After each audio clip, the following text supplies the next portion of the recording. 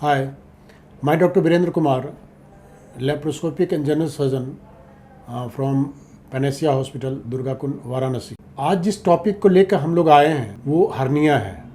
ये बहुत ही common topic है और बहुत सारे लोग इसमें, जैसे बहुत सारे पेशेंट्स इससे ग्रसित होते हैं। इसके बहुत सारे कैटेगरीज हैं।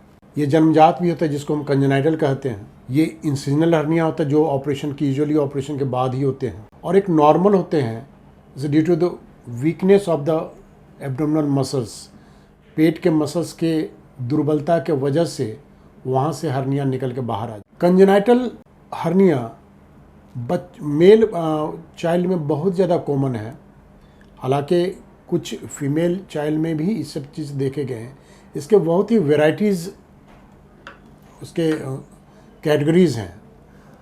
हम आज उस कैटेगरी पर नहीं जाएंगे, जो कॉमन चीज़ें जो मुझे दी गई हैं उस पर हम लोग बात करेंगे। जो कंजेनाइटल हर्निया है वो जो जन्मजात होते हैं वो इस हर्निया से ग्रसित हुए बच्चे निकलते हैं तो वहाँ पे एक पेटेंसी रह जाती है कैनाल की, जो बंद नहीं हो पाती हैं। उसके वजह से उसमें पेट के जो कंटेंट्स होते हैं वो बाहर निकल जाते हैं। इसको कंजेनाइटल हर्निया कहते हैं। दूसरा इंसिजनल हर्निया है।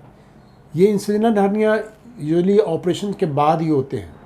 बहुत सारे कारण हैं। फर्स्ट जो बहुत ही इम्पॉर्टेंट कारण है वो है जो हम थ्रेड इस्तेमाल करते हैं, the type of thread, quality of thread, ये बहुत इम्पॉर्टेंट है। जब पेशेंट का हम ऑपरेशन, जब बड़ा ऑपरेशन होता है तो हम कुछ उस तरह का थ्रेड इस्तेमाल करते हैं जो थोड़ा लंबा टाइम तक घुल जाए। इस तरह में तब तक जैसो वुंड स्ट्रेंथ जैसो बहुत ज़्यादा हो जाता है तो चांसेस इसका जो इंसिजनल हर्निया के चांसेस बहुत ही कम हो जाते हैं। जो बहुत जल्द गलने वाला जो हम अगर थ्रेड इस्तेमाल करते हैं उसमें चांसेस काफ़ी ज़्यादा हो जाते हैं। दूसरा, इंसिजनल हर्निया के और जो चीज़ें हैं डिपेंड करता है कि wound, the length of the wound, bigger the wound more is a chance of incisional hernia. Second जो इसका इम्पॉर्टेंट कारण है वो है इन्फेक्शन। अगर ऑपरेशन के बाद वुंड का इन्फेक्शन हो गया तो चांसेस बहुत ज़्यादा होते हैं और जो सूचर इस्तेमाल होते हैं वो गल बहुत जल्दी जाते हैं और वहाँ पर ब्रेक थ्रू हो जाते हैं और एब्डोमिनल कंटेंट्स से बाहर आ जाते हैं। अगर स्किन अगर इंटैक्ट है तो वो इस अंडर स्क्रीन रह जाते हैं, जो एक स्वेलिंग के रूप में जैसो दिखता है। उसको बाद में ऑपरेशन करके इसको करेक्ट किया जाता है। अगर इमीडिएट अगर इसको ये अंजाम अगर होता है तो पूरा एब्डोमिनल कंटेंट जो है सो पेट आंत जैसे बाहर निकल जाते हैं, जो एक इमरजेंसी ऑपरेशन है और इसको जैसे इमीडिएटली जैसो ऑपरेट करके जैसे उसको ठीक किया जाता है। तीसरी बात है इंसिजनल हर्निया के, वो है due to the immune system of the person. अगर किसी का इम्यून सिस्टम कमज़ोर है, हीलिंग पावर कमज़ोर है, तो वो पेशेंट जैसे usually they land up with this incisional hernia.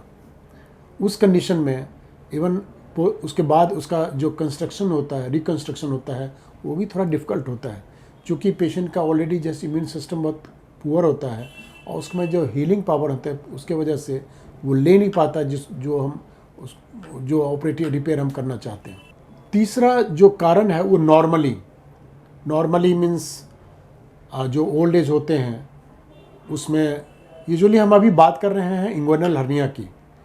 तो जो ओल्ड एज होते हैं उसमें जो कंजॉइंट टेंडन होते हैं, जो पेट की दीवार होती है वो बहुत कमज़ोर होती है और कभी भी अगर बहुत ज़्यादा स्ट्रोक अगर पड़ता है, अगर इंट्रा एब्डोमिनल प्रेशर अगर बढ़ जाते हैं तो इसी कंजॉइंट टेंडन को ब्रेक करते हुए पेट के जो कंटेंट्स हैं सब बाहर आ जाते हैं, स्क्रोटम में आ जाते हैं। दूसरा जो बहुत ही इम्पॉर्टेंट कारण है वो है फॉलोइंग अपेंडिसेक्टमी। अपेंडिसेक्टमी के टाइम में अगर सर्जन अगर कॉन्शियस नहीं रहा तो वहाँ पे एक नर्व होती है, वो नर्व के डैमेज होने की वजह से जो कंजॉइंट टेंडन को सप्लाई करती है तो वहाँ का मसल्स बहुत कमज़ोर हो जाती है और इस तरह का patient usually they are prone to have hernia in the later life. अब अगर हम ट्रीटमेंट की बात करें तो हर्निया का ट्रीटमेंट सर्जिकल ही है। ऑफ कोर्स अगर जो पेशेंट ऑपरेशन के लायक नहीं है उसमें कभी कभी जैसे बेल्ट भी इस्तेमाल किए जाते हैं और वो ठीक तो नहीं है, लेकिन फिर भी for time being to pass out the time.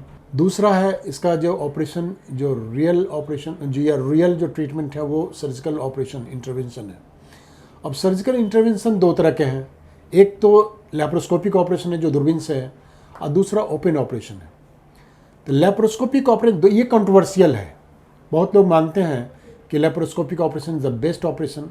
In my opinion both the operations are similar. If अगर कुछ पैरामीटर्स को अगर साथ लेकर चलें तो वो दोनों ही में कोई ये नहीं कह सकता कि this operation is better than that operation. हाँ, एक लैप्रोस्कोपिक ऑपरेशन में स्कार बहुत छोटे होते हैं और ओपन ऑपरेशन में तीनों स्कार को अगर मिला दें तो कंबाइन कर दें तो it's almost equal to that of the sum of the scar. Stay laparoscopic operation में कम होते हैं, ओपन ऑपरेशन में भी स्टे कम ही होते हैं अगर ठीक ठाक से किया जाए तो। लैप्रोस्कोपिक ऑपरेशन थोड़ा सा कॉस्टली होता है, लेकिन इसमें जो टाइमिंग होते हैं, टाइमिंग बहुत ज़्यादा होते हैं। It may take hours to perform this operation. अगर बहुत ही कॉम्पिटेंट सर्जन है तो वो कम टाइम में भी कर लेते हैं, लेकिन अगर जो बिगनर हैं और जो बहुत कम ऑपरेशन किए हैं, they may take good time, and that's not good for the patient in my opinion, because longer the period of operation, more is the complication doubled to the patient. So दोनों operation, open and laparoscopic operation, दोनों अपने जगह पर दोनों सही और चीज़ें हैं। ओपन ऑपरेशन में स्कार थोड़ा बड़ा है, लेकिन stay as compare to the laparoscopic operation it may be minimized. आज हम ऑपरेशन करते हैं, कल पेशेंट को घर भेज सकते हैं। और इसके जो सबसे जो एडवांटेज है वो एडवांटेज है इसका कॉस्ट बहुत कम होते हैं। बाकी everything is the same in both the cases. Complications open operations in my opinion it's less than that of the laparoscopic operation, and I usually prefer the open operation.